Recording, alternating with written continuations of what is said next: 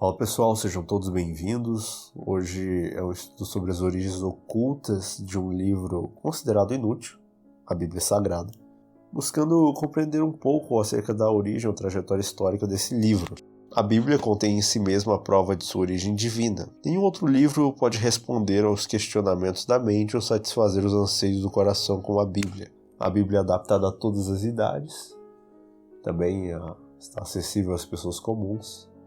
E ela foi um livro inspirado por Deus, o qual falou por meio de profetas ou homens santos que falaram da parte dele por meio do Espírito. Então, a Bíblia ela é uma comunicação, uma forma, um meio pelo qual o homem pode ter acesso ao conhecimento de Deus e à verdade acerca dele. A Bíblia ela tem esses aspectos de fato. Como os homens se multiplicaram na terra e as trevas morais encobriram o planeta como um todo, esses homens santos tiveram um papel essencial no sentido de transmitir através deles as palavras de Deus para o povo e do povo para o mundo, trazendo então esse conhecimento de Deus e o conhecimento da sua vontade, a fim de que tudo isso não perecesse da terra.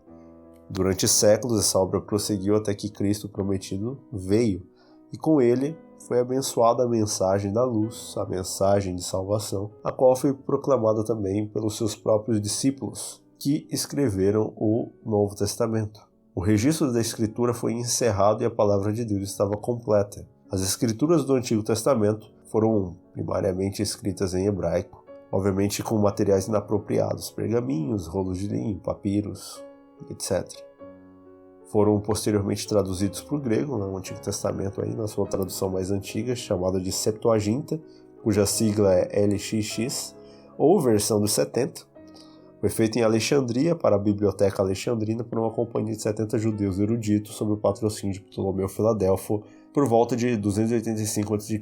A ordem original dessa tradução diz que foi dada inclusive a Alexandre, o Grande, no caso, quando ele visitou, entre aspas, Jerusalém, em 332, e aprender a profecia de Daniel concernente à tomada da Grécia em relação aos reinos persas, de acordo aí com o livro de Flávio Joséfo, no livro 11, da Antiguidade dos Judeus. Também interessante essa informação. A versão LXX foi a versão usada de forma comum no tempo de Cristo, visto que a língua do Império praticamente era a língua grega. Depois é que o latim veio a ter aquela proeminência toda, mas inicialmente no primeiro século o grego era a língua corrente, né, a língua franca do Império. O Novo Testamento foi todo originalmente escrito em grego, no caso excetuando-se o livro de Mateus, que foi primeiro escrito em hebraico e mais tarde traduzido para o grego. Tem uma data anterior às traduções latinas, então você tem a Septuaginta, né, e tem também depois o Novo Testamento grego, que foram feitos aí pelos discípulos. Por volta do século IV, ali tem-se a questão, né, da própria Vulgata Latina, ser também uma outra Bíblia aí, feita e preparada por Jerônimo. Porém, a impressão, né, ainda desconhecida, ela custava muito trabalho das pessoas que estavam envolvidas nesse processo todo. Ou seja, cópias da Bíblia poderiam ser produzidas apenas pelo processo lento, trabalhoso e caro da caligrafia. Isso necessariamente limitou muito de sua circulação. Pior ainda, suas verdades esclarecedoras e salvadoras seriam em grande parte ocultadas durante séculos de erros, superstições e apostasia da Idade das Trevas. Durante esse tempo era comum as pessoas saber pouco do conteúdo bíblico. Mas pega aí essa parte da Alta Idade Média, do século V ao século X, e uma parte da Baixa Idade Média também, século X ao XIV. Conteúdo bíblico muito mirrado, as pessoas não tendo acesso, e muitas das Bíblias, se não todas, com acesso apenas aos letrados e que conhecessem de fato as línguas antigas, né? Grego, hebraico e latim. Mas com a invenção aí da arte de imprimir do século XV, né, com o alvorecer da Reforma, a Bíblia ela começou a ter uma nova era, preparatória para a proclamação final do Evangelho através do mundo. Então, não é pouco significativo o fato de que o primeiro livro impresso do tipo móvel foi a Bíblia em latim, que veio então a ser prensada ali por Johann Gutenberg na Alemanha por volta de 1456. Uma cópia aí que foi, inclusive algumas cópias, em 1911 no caso, foi vendida aí para pessoa rica, né, de Nova York por cerca de $50 mil, que foi na época ali o preço mais alto que já se pagou por um único livro. Até então, porém, a Bíblia havia sido publicada apenas em línguas antigas, pouco compreendidas pelas pessoas comuns. Então, sem a palavra de Deus em mãos, boa parte da semente então foi morta, né? Foi praticamente destruída. Tá? Disseram os defensores de seus puros ensinamentos que se o povo tivesse a palavra de Deus na sua própria língua, isso não aconteceria. Então, sem isso, seria impossível estabelecer leigos na verdade. E por que então os leigos não deveriam ter a Bíblia em sua própria língua? Muitos deles, né, dos reformadores, perguntavam. Moisés escreveu a Bíblia para o povo de seu tempo. Os profetas falaram na língua familiar aos homens que eles abordaram. E o Novo Testamento foi escrito na linguagem compreendida, pelo menos ali no todo do mundo romano. Então, por que a Bíblia deveria estar relegada a apenas uns poucos que conhecessem línguas antigas? A primeira tradução bíblica, de fato, feita ali, organizada em 1380, foi feita pelo inglês John Wycliffe. No caso, foi o primeiro ato ali do grande evento da Reforma.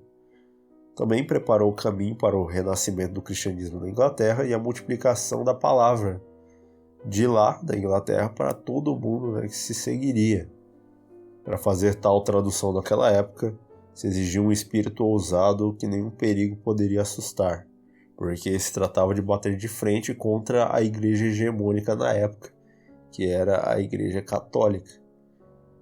Então, Wycliffe foi atacado de vários quadrantes porque se afirmava que ele estava introduzindo entre a multidão um livro reservado exclusivamente para uso dos sacerdotes. Dessa forma foi declarado assim que o evangelho seria então aberto aos leigos e que qualquer um poderia lê-lo. Então, desde da mulher ali até o mais erudito da membresia do clero. Dessa forma, a pérola do evangelho acabou sendo difundida. No prefácio de sua tradução, Wycliffe exortou todo o povo a ler as escrituras. Já por volta de século XVI, com Lutero, um sentimento de admiração e de arrepio, de alegria, encheram o coração do grande reformador alemão quando, aos 20 anos de idade, ao examinar os volumes da biblioteca da Universidade de Erfurt, ele realizou e teve em suas mãos, pela primeira vez em sua vida, uma cópia completa da Bíblia. Ó Deus, ele murmurou, será que eu poderia ter um desses livros? Eu não pediria nenhum outro tesouro, disse o reformador. Um pouco mais tarde, ele descobriu em um convento uma Bíblia acorrentada e aí começou a se interessar cada vez mais por esse livro sagrado. A isso ele recorreu constantemente. Mas todas as Bíblias até aqui, como em outros lugares, exceto na Inglaterra, todas estavam em línguas antigas e só poderiam ser lidas por estudiosos que conhecessem essas línguas. Porque, pensou Lutero, a palavra viva deveria ser mutada em línguas mortas. Como Wycliffe, portanto, ele resolveu unir-se a alguns compatriotas e trazer a Bíblia à sua própria língua, a língua do povo. Isso ele fez, o Novo Testamento em 1522 e a Bíblia completa, a obra culminante de sua vida, em 1534. Impressionado com a ideia de que as pessoas deveriam ler as escrituras em sua língua materna, William Tyndale, da mesma forma, em 1525, deu aos ingleses sua tradução do Novo Testamento e mais tarde porções das escrituras do Antigo Testamento. Seu ardente desejo de que eles conhecessem a Bíblia era bem mais expresso na declaração de que se Deus poupasse sua vida, ele iria fazer com que o menino que dirigisse o arado soubesse mais da escritura do que comumente conhecido pelos teólogos da sua época. E de lá, diversas outras traduções foram sendo feitas e a Bíblia começou a ser espalhada. A luz começou a brilhar mais uma vez para não ser extinguida. Porém, a oposição foi sempre muito forte.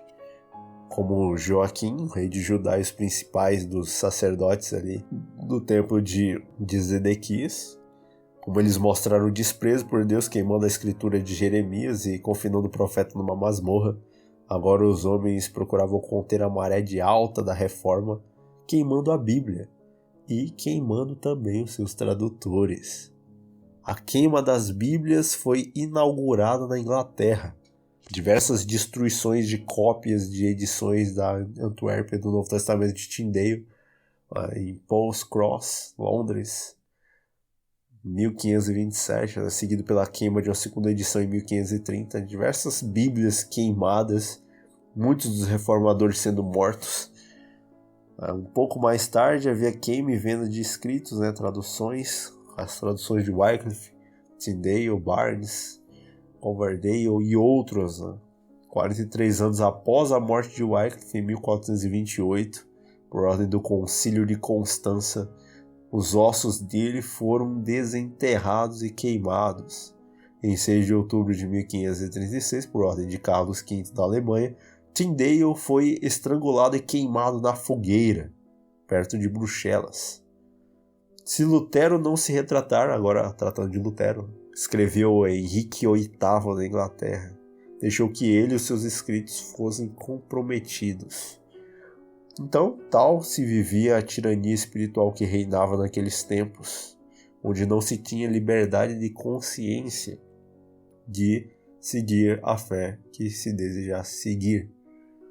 Foi o destino de muitos a fogueira, muitos dos que defenderam a Deus e defenderam a sua palavra. Mas a palavra de Deus não poderia ser presa aí por muito tempo, e muitos tentaram impedir a sua circulação. Os homens então logo descobriram que estavam realizando um trabalho demasiado difícil e além das suas forças. A Bíblia havia se enraizado profundamente no coração do povo. Os reis, os prelados, tentaram suprimir e destruir a Bíblia, porém outros reis e outros prelados estavam interessados agora em promover as Escrituras. Então se ordenou, por conselho de Cromwell, Henry, uma tradução da Bíblia feita em inglês e uma cópia para ser colocada em cada igreja. Havia e já houve traduções para o inglês antes, mas não estavam nas mãos das pessoas em geral. Agora a ideia era de um livro caro transformar a Bíblia num livro mais acessível financeiramente e que se propagasse para a maior parte do mundo, principalmente depois da história da Mary Jones, onde surgiram as primeiras sociedades bíblicas.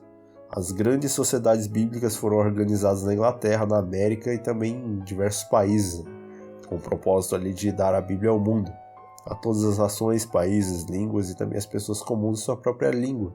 Desde a sua organização em 1804, a Sociedade Britânica Estrangeira, pelo menos até 1912, tinha publicado as escrituras ou parte delas em 440 idiomas e dialetos, com um total de 53.274.516 Bíblias inteiras, 84.059.610 Novos Testamentos, 89.816.644 porções da Bíblia e um total geral de 227.150.770 cópias. Foi difundida aí para o mundo inteiro. Obviamente com os dados daquela época, que eles ainda estavam começando. Hoje em dia é muito maior isso. Assim o mundo está sendo suprido de fato com essa palavra, com um processo preparatório para dar a mensagem final do Evangelho a toda a humanidade. Ou seja, e este Evangelho do Reino será pregado em todo o mundo para testemunho em todas as nações, então virá o fim. Mateus 24:14.